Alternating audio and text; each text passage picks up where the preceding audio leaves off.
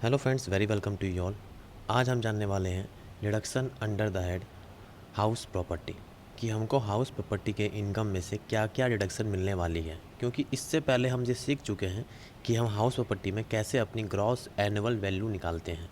अब हमको अपनी ग्रॉस एनुअल वैल्यू में से कुछ डिडक्शन क्लेम करनी है कि हमारी एनुअल वैल्यू जितनी कम हो सके उतना कम हम टैक्स पे करेंगे। तो आइए आज हम जानने की कोशिश करते हैं कि डिडक्शन हमें क्या क्या मिलने वाली है हाउस प्रॉपर्टी के अंदर। सबसे पहले तो deduction under the head house property जो है वो लिखी गई है सेक्शन नंबर 24 के अंदर। मतलब सेक्शन नंबर 24 हमारे लिए डिडक्शन सेक्शन है हाउस प्रॉपर्टी के लिए। सेक्शन 24 के अंदर हमारे पास दो डिडक्शन है, 24A एंड 24B। ठीक, सेक्शन 24 सब section A and sub section B, हमारे पास दो डिडक्शन है। सबसे पहला जो हमसे कहता है वो कहता है कि फ्लैट 30% ऑफ GAV, आपकी जो भी ग्रॉस एनुअल वैल्यू आई होगी उसका हम आपको फ्लैट 30% डिडक्शन देते हैं, ना उससे कम ना उससे ज़्यादा, फ्लैट आपको 30 ही मिलना है हर केस में। लेकिन एक बात समझो आप, जब हम बात करते हैं सेल्फ ऑक्यूपाइड प्रॉपर्टी की, तो सेल्फ ऑक्यूपाइड प्रॉपर्टी जो होती है हमारे लिए उसकी GAV जो होती है सर वो ज़ीरो होती है। तो क्या हम ज़ीरो का 30% दे पाएंगे कभी? वो अब अल्टीमेट ज़ीरो ही आना है। इसलिए कहा जाता है कि सेल्फ ऑक्यूपाइड के केस में हम 24A का रिडक्शन नहीं देते।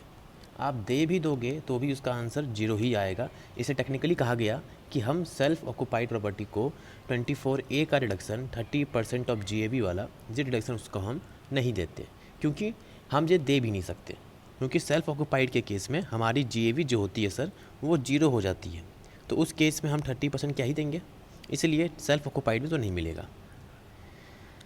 बाकी सबको मिलना है सर, ठीक है, चाहे वो लेट आउट हो तो भी मिल जाएगा। लेट आउट की कुछ ना कुछ वैल्यू आनी ही आनी है, और जिसकी कोई वैल्यू आई, जिसकी GAV कुछ ना कुछ आती है सर, उसको तो हम 30% दे सकते हैं, कोई दिक्कत नहीं है। 24B की बात कर लेते हैं। अब ये जो डिडक्शन है सर ये है मोस्ट इम्पॉर्टेंट। ये डिडक्शन है इंटरेस्ट ऑन बोरोड कैपिटल। अब देखो सर, घर बनाने के लिए हम बैंक से कभी कभार लोन लेते हैं, तो उस लोन पे हमको इंटरेस्ट पे करना होता है। गवर्नमेंट हमको उस इंटरेस्ट का भी डिडक्शन देने को तैयार है, उसी कहा गया इंटरेस्ट ऑन बोरोड कैपिटल। घर बनाने के लिए हमने जो कैपिटल ली उस पर दिया गया इंटरेस्ट का डिडक्शन हम क्लेम कर सकते हैं सेक्शन नंबर 24B के अंदर। यहाँ तक क्लियर है? तो अगर आपने लोन लिया है घर बनाने के लिए तो उसका हमको रिडक्शन मिलता है, लेकिन सिर्फ और सिर्फ इंटरेस्ट फॉर्म का। प्रिंसिपल अमाउंट का ही मिलेगा, लेकिन वो हमको under the head house property तो नहीं मिलने वाला सर, वो हमको मिलेगा सेक्शन 80 के अंदर। तो यहाँ अभी हम बात नहीं करेंगे उसकी। अब एक बात समझना, इंटरेस्ट ऑन बोरोड कैपिटल जो है सर, इसके भी दो पार्ट हैं। इसका पहला पार्ट है सर प्री कंस्ट्रक्शन इंटरेस्ट। अब आप बोलोगे ये क्या है सर? तो एक बात समझो, हम जब बैंकों से लोन लेते हैं घर बनाने के लिए, तो लोन लेते ही घर नहीं बन जाता। लोन लेने के बाद कुछ समय लगते हैं, 3-4 साल घर बनने में, लेकिन हमने 3-4 साल इंटरेस्ट तो पे किया ही होगा सर। तो बोला गया प्री कंस्ट्रक्शन इंटरेस्ट। जब हमने लोन तो ले लिया लेकिन घर बन के तैयार नहीं हुआ अभी तक, तो इस दौरान जो इंटरेस्ट दिया गया उसका भी हमको रिडक्शन मिलेगा। कुछ क्राइटेरिया हैं लेकिन मिलेगा ज़रूर। दूसरा,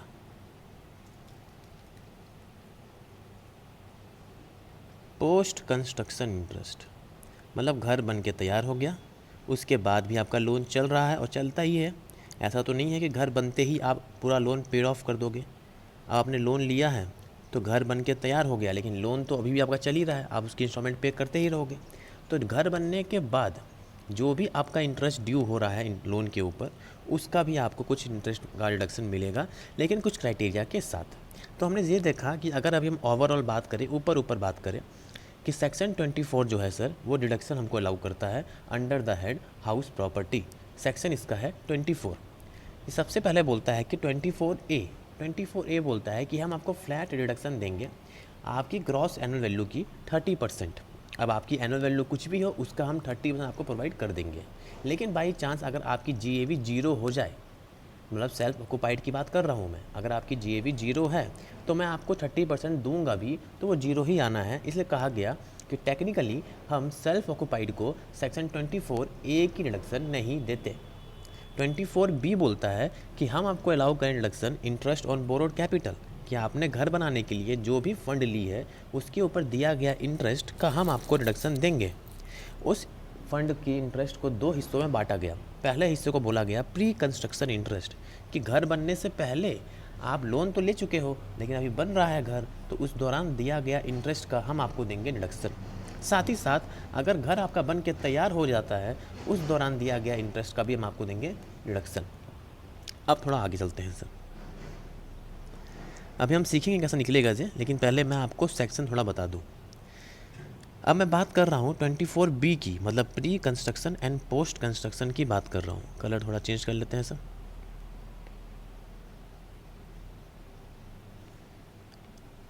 वाइट कर लेते हैं सर।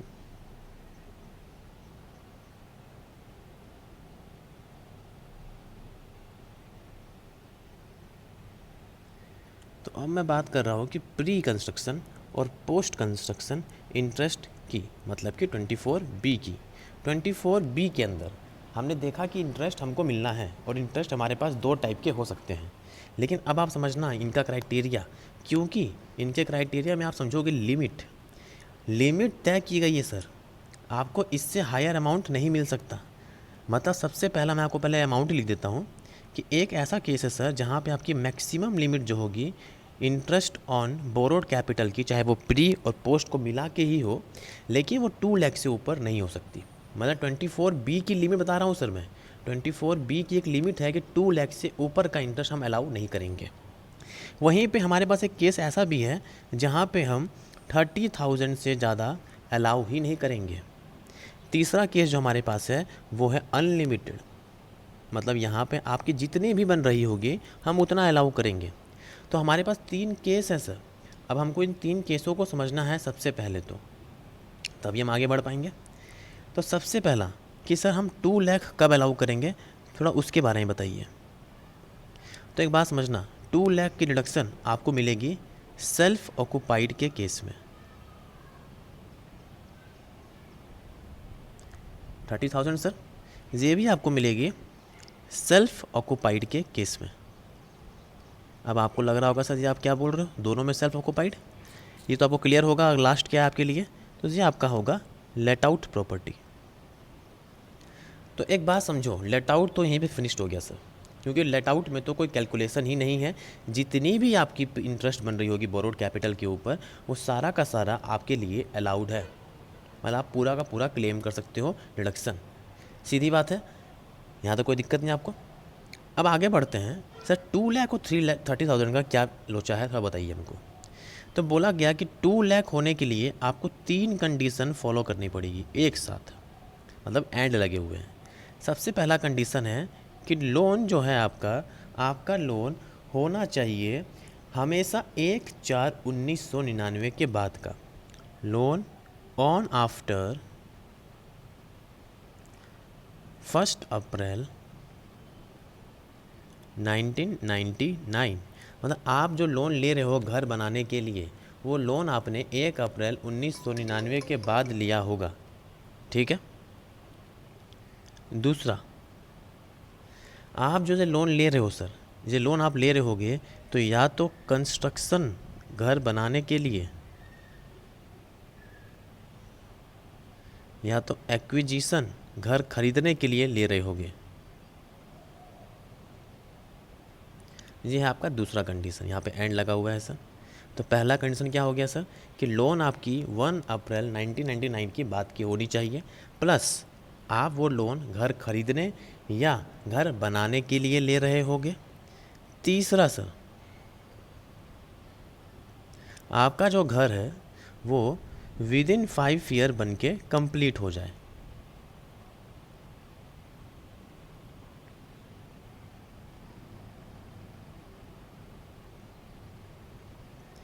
तो मैंने आपको 3 कंडीशन बताई सर।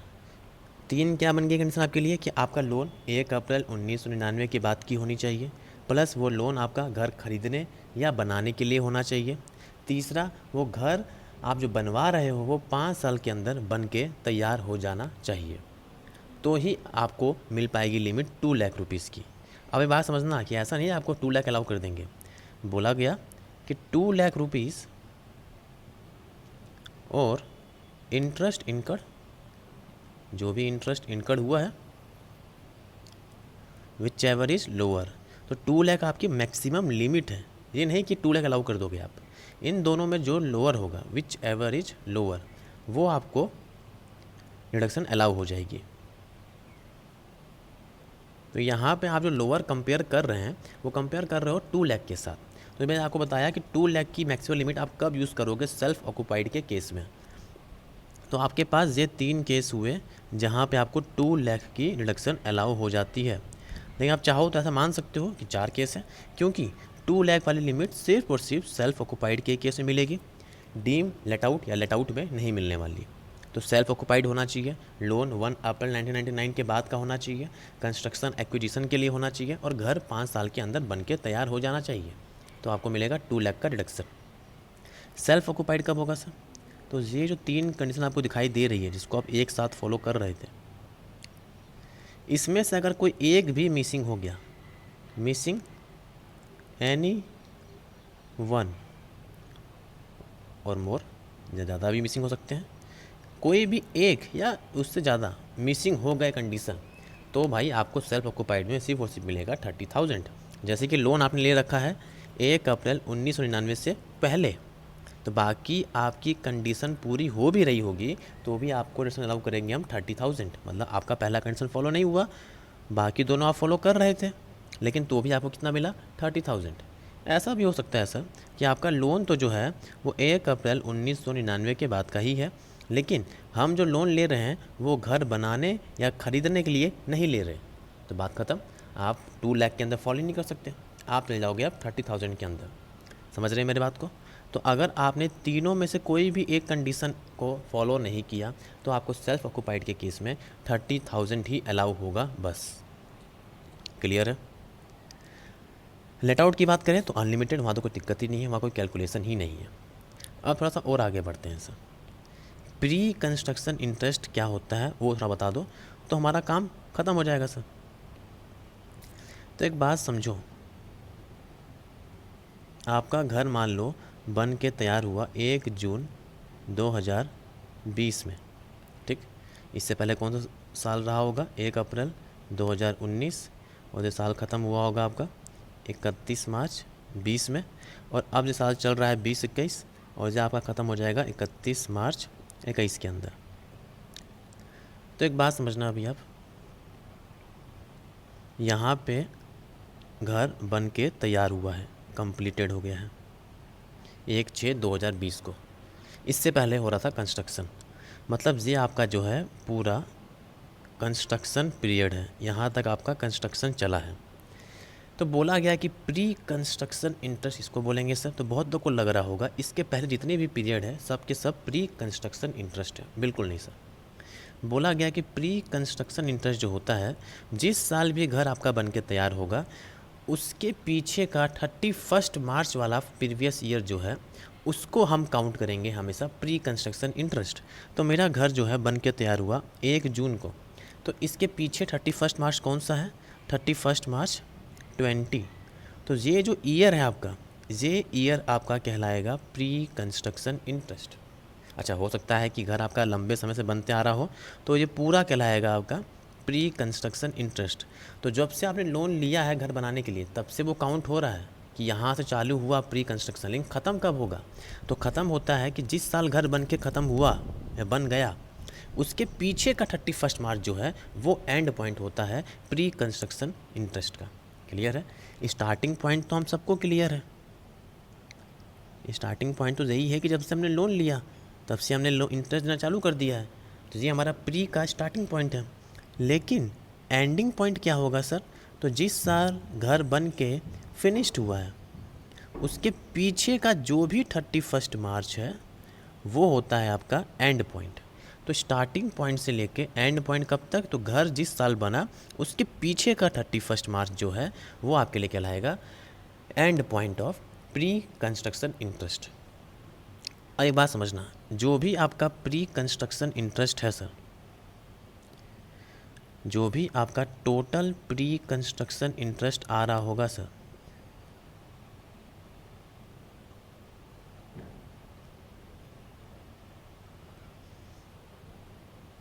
उस इंटरेस्ट को हम किस साल रिडक्शन अलाउ करें, क्योंकि ये तो आपका प्री इंटरेस्ट है, इसको हमने अपने प्रीवियस ईयर में क्लेम नहीं किया होगा जिस साल का जो इंटरेस्ट है, क्योंकि घर तो बना ही नहीं है। घर बनेगा तो उसमें ना हम काउंट करेंगे एनुअल इनकम।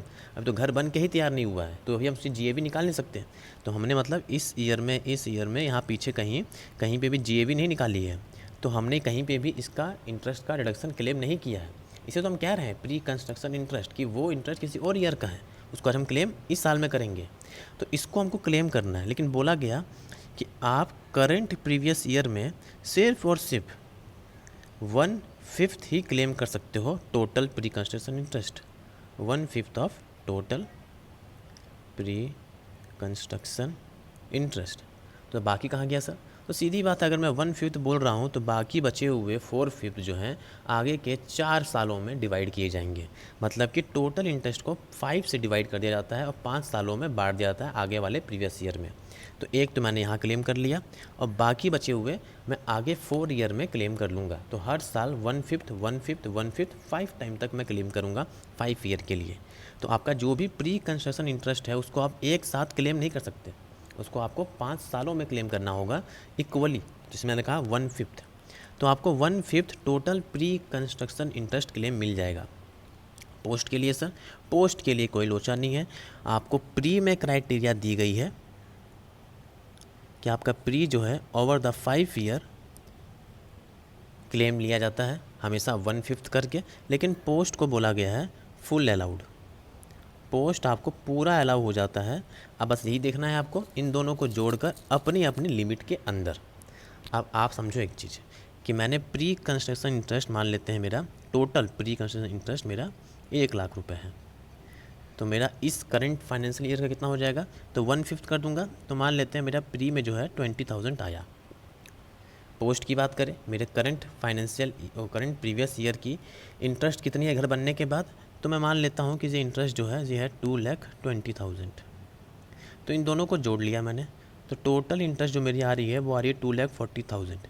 मतलब ये मैं अलाउ कर सकता हूँ, लेकिन मैक्सिमम लिमिट को ध्यान में रखते हुए। तो अब मैं चेक करूँगा कि मैं किस में फॉल कर रहा हूँ। अगर मैं इसमें फॉल कर रहा हूँ तो मेरे को अलाउ किया जाएगा सिर्फ और सिर्फ 2 लाख रुपीज़।